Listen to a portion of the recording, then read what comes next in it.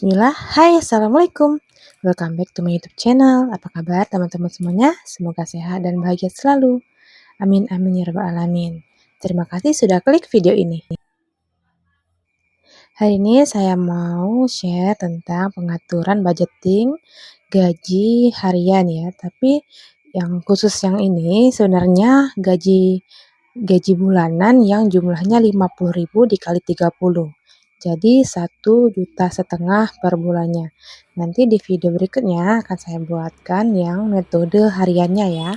Kali ini saya jelaskan buat yang metode bulanannya dulu. Jangan lupa simak videonya sampai selesai ya. Sebenarnya ini videonya berlanjut ya, berapa sesi karena panjang sekali, jadi saya buat beberapa part. Jadi untuk kali ini saya jelaskan yang awalnya dulu, kita menggunakan metode yang bulanan. Tapi walaupun metode untuk yang harian, kita tetap harus menuliskan seperti bulanan jumlah total pengeluaran kita. Hanya saja kita mengeluarkannya per hari dan kita mengeluarkan budget yang untuk pengeluaran bulanannya itu kita cicil dalam per minggu. Buat teman-teman yang baru mampir ke channel saya, terima kasih ya. Jangan lupa like, comment, dan subscribe-nya. Supaya saya lebih semangat lagi membuat konten-konten yang menginspirasi dan bermanfaat buat teman-teman. Buat disclaimer ya, saya bukan ahli keuangan, hanya saja saya membuat konten ini berdasarkan pengalaman pribadi bagaimana saya mengatur keuangan keluarga dan sebelum-sebelumnya yang pernah saya jalani. Jadi hal yang harus kita lakukan pertama kali setelah kita menerima uang dari suami atau hasil gaji kita, besar kecilnya itu kita wajib bersyukur ya.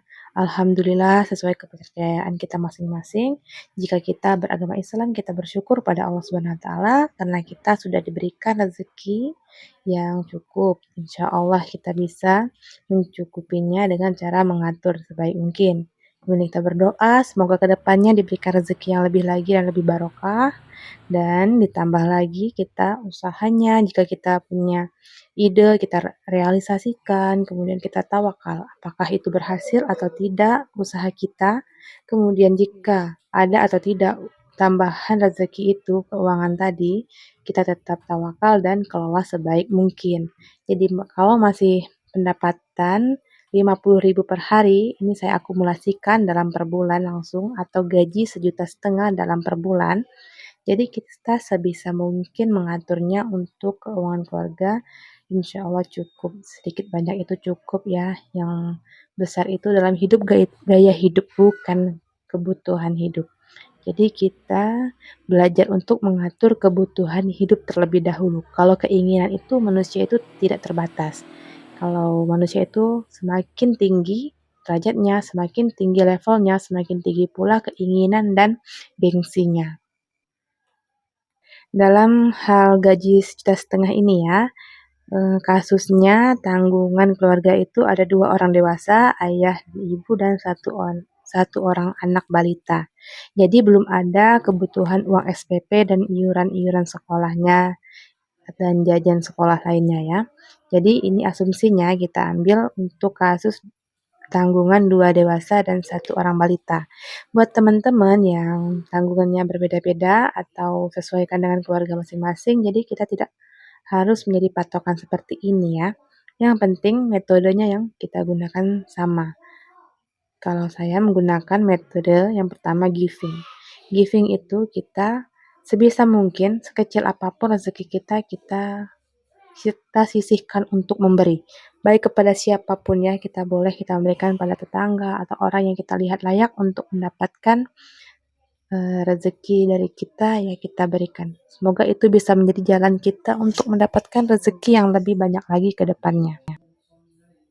Kemudian saving sendiri saya biasanya menggunakan metode arisan. Bisa juga teman-teman menggunakan metode menabung sendiri ya, kita masukkan dalam celengan atau kita simpan di bank.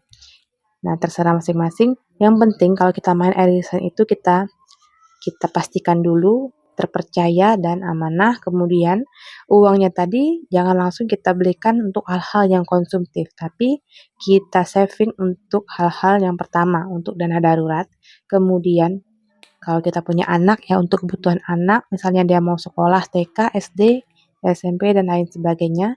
Kemudian kalau kita sebagai orang tua itu untuk dana kesehatan dan lain sebagainya. Jadi kita sangat butuh memiliki saving atau menyimpan ya dalam bentuk arisan dulu atau menabung atau dibelikan dalam bentuk emas, terserah ya. Jadi kita yang penting kita punya pegangan. Kalau kita dapat misalnya jauh-jauh lah ya, misal musibah atau ban bocor aja itu merupakan masalah menurut bagi kita. Karena kalau ban bocor, ban motor bocor harus segera diganti kan dan uangnya kita harus punya. Dan kalau kita masih mau minjam ke tetangga, ke saudara, itu akan sulit sekali kalau kita sangat butuh ya, urgent.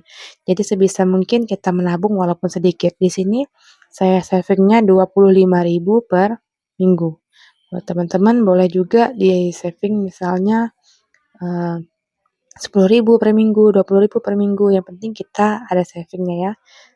Dan kemudian living. Untuk living ini yang primer dulu kita penuhi. Primer itu seperti konsumsi, seperti listrik, gas, kebutuhan rumah tangga dan lain sebagainya.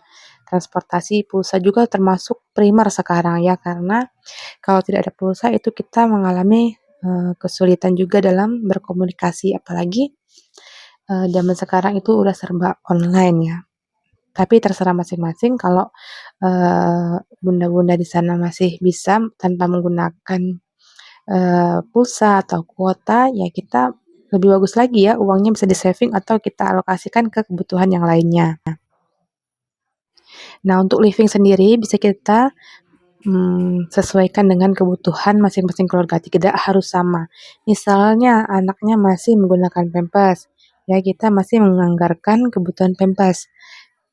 Kemudian kita masih menganggarkan susu anak, atau kita masih menganggarkan misalnya kebutuhan ada iuran di perumahan atau uang sampah atau lain sebagainya. Jadi kita jangan menyamaratakan setiap keluarga itu sama pengeluarannya. Hanya saja jika masih bisa dipangkas, ya kita pangkas agar budget kita seminim mungkin pengeluarannya.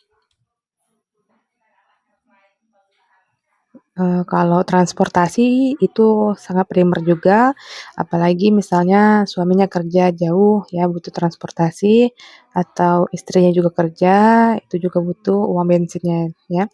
Kesehatan kalau bisa kita harus semuanya terdaftar dalam BPJS Kesehatan. Untuk listriknya juga yaitu kebutuhan pokok, air pam, gas, pulsa yang seperti yang saya tuliskan ini. Tapi tidak harus baku sama, yang penting kita rincikan masing-masing buat teman-teman, ibu-ibu, bunda-bunda di sana, kita rincikan sesuai dengan pengeluaran kita. Jadi kita bisa menerka atau menjangka berapa pengeluaran kita per bulannya. Jangan sampai pengeluaran kita lebih besar daripada pendapatan kita. Tujuannya seperti itu ya. Jadi kita itu bukan mau repot, mau apa, tapi beginilah sebenarnya yang harus kita lakukan. Banyak yang menyepelekan hal ini karena tidak mau ribet, tidak mau mikir, tidak mau susah. Jadi kita sampai tidak mau belajar. Kalau kita tidak mau belajar, akhirnya kita sendiri yang kerepotan, sedangkan penghasilan kita itu-itu saja dan tidak meningkat. Walaupun penghasilan kita besar, jika kita tidak tepat dalam mengolahnya, savingnya juga tidak optimal, tidak maksimal. Sehingga kita seperti kerja untuk hidup. Selamanya kita kerja untuk menghidupi diri kita. Sampai tua kita masih kerja. Tidak ada dana darurat, tidak ada dana pensiun, tidak ada investasi dan lain sebagainya. Habis begitu saja untuk kebutuhan dan keinginan kita. Seiring berjalannya waktu, tubuh kita akan mengalami penurunan fungsi, penurunan efektivitas. Kita semakin tua dan kinerja kita semakin berkurang. Jadi itu yang harus kita pikirkan. Tapi walaupun kita tidak tahu umur itu panjang atau tidak, yang penting kita sudah berusaha bagaimana kita mempersiapkan hari tua kita sebaik mungkin dan sudah kita rencanakan matang. Untuk kebutuhan living yang sekunder itu banyak juga ya. Sekunder ini bisa dikatakan sebagai keinginan juga. Keinginan kita ingin seperti ini, seperti itu bisa kita terapkan asalkan kebutuhan primer kita sudah kita penuhi terlebih dahulu. Ya kita tidak salah untuk membeli jajan, nggak salah kita pergi refreshing bersama keluarga, teman-teman, atau kita sosialnya lebih tinggi, atau kita ingin merencanakan liburan kemana, tapi kita utamakan dulu kebutuhan primernya. Atau ada juga keinginan-keinginan kita yang lainnya, misalnya membeli kursi baru, membeli lemari baru, membeli sepeda baru atau motor baru, itu sangat boleh, tapi investasi yang paling tepat itu adalah untuk hal-hal yang nilainya semakin tinggi atau tidak termakan inflasi ya. Kalaupun kita mau membeli barang-barang seperti itu, kita ya pastikan dulu kita punya tabungan yang untuk dana darurat, dana pendidikan anak, dana eee, misalnya pensiun, sebagian sebagian pensiun ya. Jadi kita boleh mengikuti keinginan kita setelah kita mencukupi semua pilar-pilar yang pokok dan wajib ada untuk kita dan keluarga kita. Jadi tidak ada salahnya selama itu positif dan kita mampu.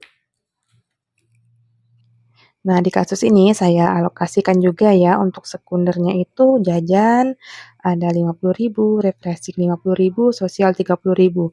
Untuk jajan, biar hemat atau biar bisa ditekan lagi pengeluarannya, kalau kita budgetnya hanya segini ya kita membuat cemilan sendiri atau membuat makanan handmade.